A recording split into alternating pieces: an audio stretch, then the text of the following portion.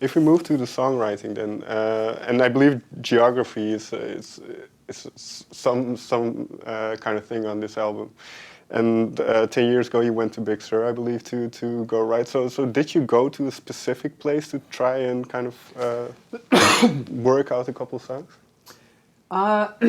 You know, I've always liked the romance of secluding myself in some kind of, in a location like Big Sur or in Mazama, Washington State, where I live, which is in the east side of the state. It's really pastoral and beautiful.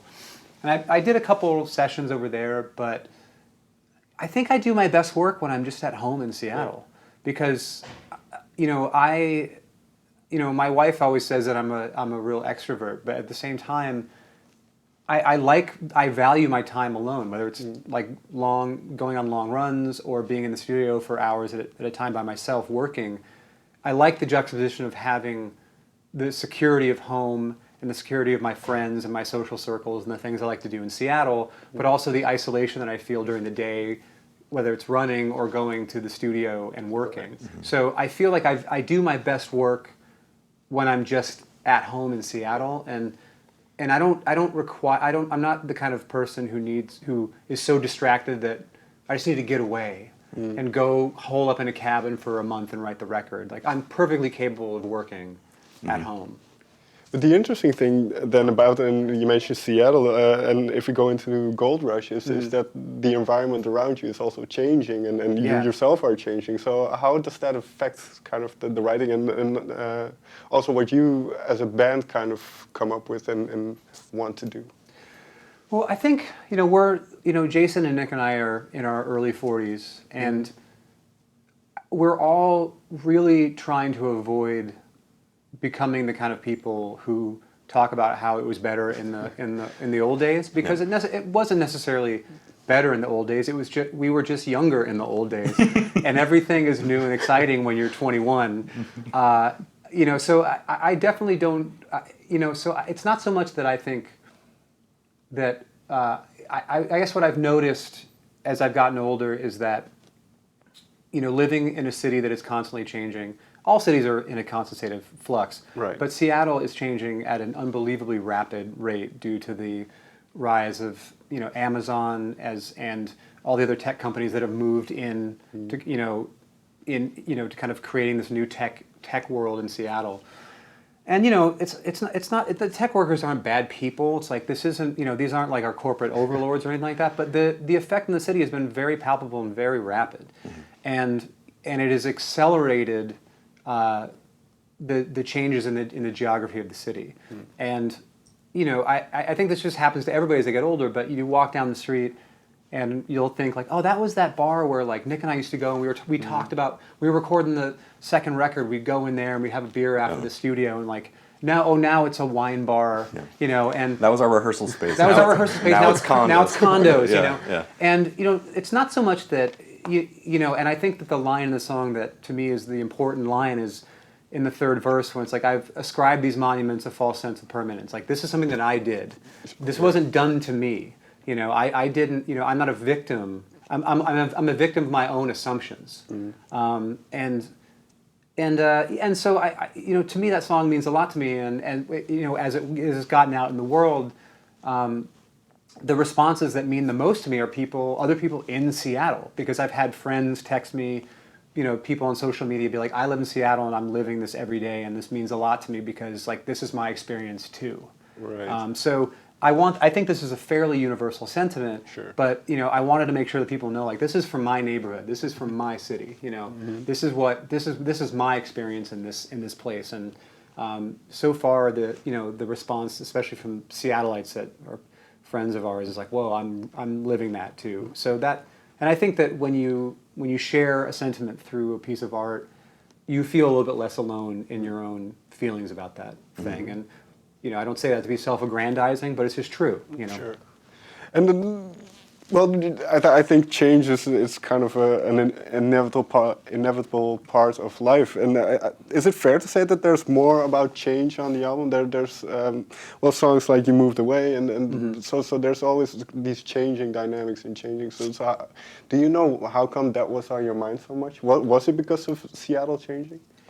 I think it's Seattle changing. I think it's kind of moving into middle age. I think it's, the lineup changing. Changing. Right, I mean, yes, there's been just yeah. a lot of there's just a lot of things that have shifted in my positive changes, like getting married and like having a wonderful life with this person that I care so deeply about.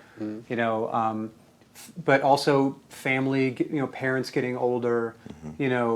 Like positive people having babies, like positive things, like this is all these are all kind of, this is just life. This is just existing in the world. But I think when you're 25, you have no reason to think about these things because your life is still opening up in front of you in a way that it's not really doing in your 40s. And that's not to say that life isn't always a fascinating and fascinating experience where of intellectual curiosity and learning and reflection, but I think that there's just more of there's more looking back as I get older than there is looking forwards. I'm still looking forwards, but I can feel the shift starting to kind of happen. Right. Where it's like I'm being in the middle of your life, you're both looking forward and backwards in a way that you're not necessarily doing when you're 25. Right. Well, that makes a lot of sense, Yeah, actually. yeah. But that's an interesting point then, because I can assume, and you mentioned this being a very pivotal album, that if you kind of look back at previous albums, and as you say, some are better than others, but when you go into a record like this, and you know that people, audiences have their opinions as well, and then they go up and down with the albums as well, is that still a factor, or have you made so many albums that it doesn't kind of bother you anymore?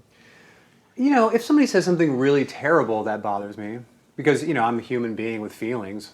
But at the same time, every record we've made, we put everything we possibly could in that moment into it. Yeah. And sometimes it wasn't enough. Yeah. But, I think if you look at any career artist, take Neil Young, for example. Look at Neil Young's career from the 60s until now. Right. And, or Lou Reed. There are periods of records where people were like, "Oh God," and then there's a Harvest Moon. Then there's a New York. Then there's a record that just makes everybody remember why they love that artist so much. Yeah. And I think that's we're not even remotely on that level, but I think that is somewhat in play for us. That's that kind of thing. I don't know if you want to speak. Yeah, I mean, I was going to say I think musicians in some ways are either it is a bit of a double-edged sword, but I mean, we get to make something like an album, and then we spend 18 months standing in front of the people that are listening to it and seeing their reactions to us playing songs. And so we get to learn in real time and over time what worked and what didn't work. Yeah. And we carry those lessons forward.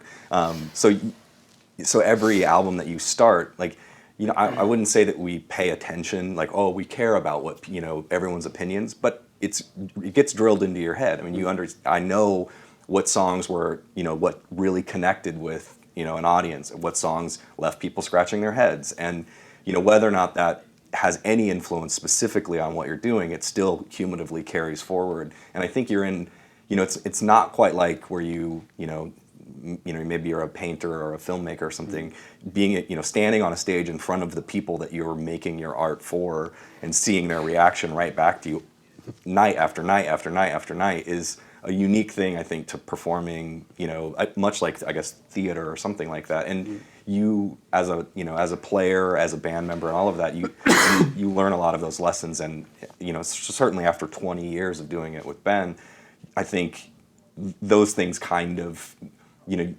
I said, I don't think it really has much of an impact on the actual songwriting, but it does have a unique sort of feeling over time of, oh yeah, we're good at this, or I remember this not working so much, and I think those things subtly change and shift. So yeah, and as long as the tempos don't start sinking into mid-tempo acoustic songs, and we get too fat and out of shape to play our own songs. Like, we'll do this forever. Yeah, you know? exactly right. That's quite an interesting point, because I listened to the record, and it is quite, I don't want to say fast, but there's a lot of sounds. It's quite eclectic. The tempo is good. So well, you say it's not necessarily a conscious effort, but how come it became as eclectic as it did? Well, I think we wanted to. I think, as to Nick's point about thinking back on older records that we enjoyed making, but that were, not popular live. Mm-hmm. I think we realized, like, look, we want to go out and play these songs and have people react to them. Right. And take Kintsugi. Like, there's 3 or 4 songs on Kintsugi that we play, and people you can see the excitement, and people are getting excited, and that feels good. That feels good to have people reacting to what at the time was a new song 16 years into this band's existence, right? But if you take the record before that, Codes and Keys, there's some songs in there I really enjoy, but they were, for a number of reasons, they were the kind of songs people were just like, yeah, I'm putting up with this until you get to the next song. And that was a lesson that I think we all took to heart with those 2 albums. Like, if we're going to be making new music 20 years into this band, I want it to be music that sits next to the older music in a way that makes people not just tolerate it, And some people only want to hear the old songs, and that makes sense, and I understand that. But if you're going to put out a new record, I think the rules moving forward are only make records when you really have something to say and you feel like the quality is there. And then secondly, make sure the energy is there. I mean, I just don't want to be 45 and making like mid-tempo ballad records with acoustic guitars. Like, it's just boring, And I think if there's one thing about this record that I'm really proud of, there are many things, but one thing I'm really proud of is I do feel this record is a fairly good representation of us being aware of what we're good at, the kind of guitar work and lyrics and stuff that I think people recognize us for, but also some new kind of tones and presentations that I think people are somewhat polarizing. I think Gold Rush is, I'm really proud of the song, but I think it's so far like a little polarizing. People are a little uncomfortable with it because it doesn't sound exactly what they thought it was going to sound like. Right. But I think when they get into the album, if they're not so turned off by Gold Rush, I think they'll find some very comforting and familiar things in the album as well. Yep.